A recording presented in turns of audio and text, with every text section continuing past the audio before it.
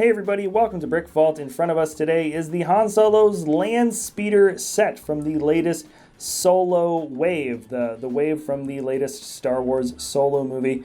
And it's the second smallest set in the wave, but probably my favorite, or competing to be my favorite, just because the build for the speeder really is a lot of fun. I like the asymmetrical look. It feels very sort of classic Star Wars to me, and the quality of the figs are pretty decent.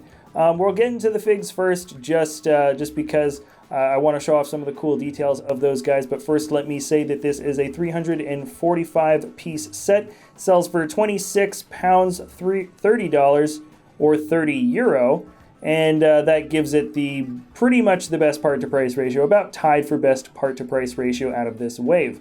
When it comes to the minifigs, this is Han first, and this is probably my favorite version of the character. We get him 3 times in this wave in 3 different outfits, but this version of him, the printing of him, I think just looks the best. He's got a white torso piece that has a ton of different printing on it. I mean, the tan printing that shows off the neck, and there's the shirt and the vest, and then his arms in gray, which kind of outline that look of the vest even a bit more. I really like all the caked on snow that attaches itself to both the toes and the fronts of the leg. That really kind of completes the look of this sort of frozen tundra look for the character. The back of him is a bit dirty, and he does have a 2-expression head. It's a little bit different. I think there is a slightly different series of expressions for him, and I'm not sure if it's exclusive. I have a feeling it is. And the main defining feature of this minifigure face is just that little subtle outline of the cheek detailing. That looks good, and that look also kind of transfers over decently well over to Key Ra. Interesting thing about her is that you can see she's wearing kind of a fur coat. You can see the detailing for the fur lining go around the jacket, but the jacket itself is, well, the torso piece with the arms is made in sort of a silver metallic mold. Very interesting kind of way to portray the jacket. It's a regular looking silvery kind of thing. Awesome new hairpiece for the character. It's kind of a bob sort of style. I'm not really sure what hairstyle you could see, but the hair kind of curls back like it's sort of tucked behind her ears. It really is kind of a nice hairpiece, and I have a feeling we're going to be seeing a lot more of that in the future. At the moment, I believe she's the only minifig with this hairpiece out. And yeah, good snow detailing that goes down the pants. You can tell that she's wearing boots over those pants, which is good. It's not dual molded legs, but the detailing is pretty much there. And yeah, solid looking character, 2 expressions for the face. And let's get into the Landspeeder. And by get into, I mean literally the minifigs can get right into the Landspeeder. Lots of space for them to fit in there. Their arms kind of stick out over the edge here, so they don't really bump into anything. This is probably one of the easiest and nicest ways to get figs in and out. There's so much space in here. Let's see if I can make the light a little bit better. Now you can see in between we've got one of those old printed tile pieces that serves its look really well. There is also another printed tile piece there that makes up sort of a little bit more of the control console, and I really like the build detail that goes in and makes up just the handles that make up the steering wheel for the front. Also, you'll notice that there is 2 printed sort of vent pieces that make up the front. And wait a second, no stickers! Those are all prints, and they all work, and you don't need anything else to really match up this speeder. That is an excellent thing that I've noticed throughout this particular wave. No stickers, hardly any stickers, aside from the Millennium Falcon. They didn't put stickers into this set, which is so cool. It's kind of weird that I'm getting sort of excited about that, but it has been a long time since a bunch of Star Wars sets came out with very few stickers involved. I have a feeling people are going to really appreciate it, and I definitely appreciate it for this model. Now you can see as I'm kind of spinning it around, right, we've got an asymmetrical look. We have this sort of white stripe here, and there's a little bit of a detail. It almost looks like that could be like a weapon for a second, but it's not. It's just some greebling details that are clipped on quite a lot. I do like that this greebling stuff here on the side is really, I mean, like, this isn't stuff that is going to be breaking off on accident.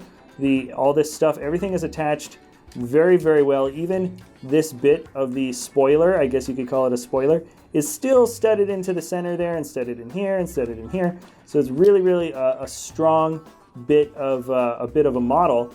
And let's check out the features.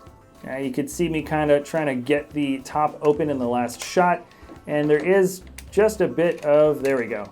It's studded in pretty well. Like you can attach that hood piece quite easily, and here we've got the engine. You can actually kind of take out and soup up and work on the engine, and this totally makes sense for Solo. I mean, Solo, what he does is he gets his ship, he gets his vehicle, the Millennium Falcon, or I'm supposing other vehicles that he's probably worked on in his life, and he can make it a lot faster, a lot more powerful, and it's very much sort of like the hot rod mentality of working on something and making something that maybe looks sort of innocuous, looks like it's, you know, doesn't draw too much attention, but underneath the hood, it can really haul, you know, haul stuff.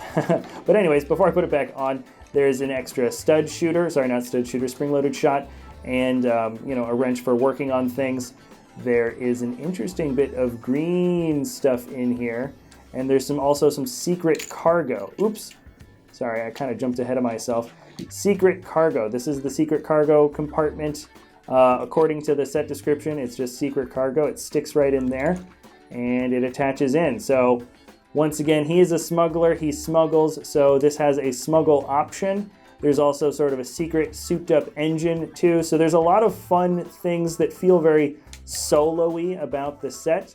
The fact that you can sort of mess around underneath the hood. The fact that it's a build that feels sort of like the hot rod version of what a speeder would be. So there's the smuggling bit. I don't know what that bit of glowing smuggly stuff is, but there it is. And anyways, that is the set for everything except, of course, we do have these spring-loaded shots. You can shoot them out by pressing, I believe, by pressing down on them. Oh, no, you got to pull up on them. Oh, no, wait, you got to pinch them to the side. There we go, pinch them to the side. Pinch them inwards. I didn't even shoot my own hand properly. But yeah, they're pretty easy to reload. Nothing much to it. And we do have those tiny little wheels at the bottom. Normally you could fit little tire pieces onto it, but they just stick out from underneath. And that is, of course, this is a hover speeder after all, so you can slide it around easily, but it does track pretty easily and it can roll around, and that is kind of the whole point. Now, one thing I totally forgot to point out with the minifigs, I feel like that should have been in the beginning, but this is one of the Corellian Hounds. A very interesting sort of mold, especially made for this line. I doubt we're going to be seeing this mold come out in, you know, in a different color, sort of lined up anywhere else. This is a specially made creature just for the Solo movie sets, and very interesting though. It's got this sort of ridged back, which kind of reminds me of what some of those helmets look like in the Star Wars universe. I wonder if those helmets were made out of the ridged back of Corellian Hounds. I don't know, I'm just sort of making things up. But yeah, he's got a nice little print and a series of eyes, and he looks freaky, and I have a feeling this is not going to be very friendly to Solo or any of his compatriots within the film. All right, now final thoughts of this set. I would say out of the 5, this one is probably my favorite, and there's a couple reasons for that. First of all, the speeder itself feels very Star Wars-y. I mean, it does very much remind me of Luke's Landspeeder, and it feels like it really fits into the Star Wars universe quite well. And yeah, so it's really nice. Also, best part to price ratio in terms of how many pieces you get and what you're actually paying for the final price. It's tied for the best part to price ratio out of the entire wave too. So there's a lot of things to like about the set. The minifigs are good. I really, really do like this set in particular, compared to maybe some of the other ones that came out within the same wave. Hey everybody, thanks a lot for watching. If you enjoy our content and want to help support the channel, you should consider heading on down to our web store, brickvault.toys. We've added a lot of really amazing custom builds, and with each purchase of instructions, it helps support us here at the channel, as well as the awesome designers that go into making these builds. We're going to be adding regularly to the web store, so keep checking back to see what we've added, what's new.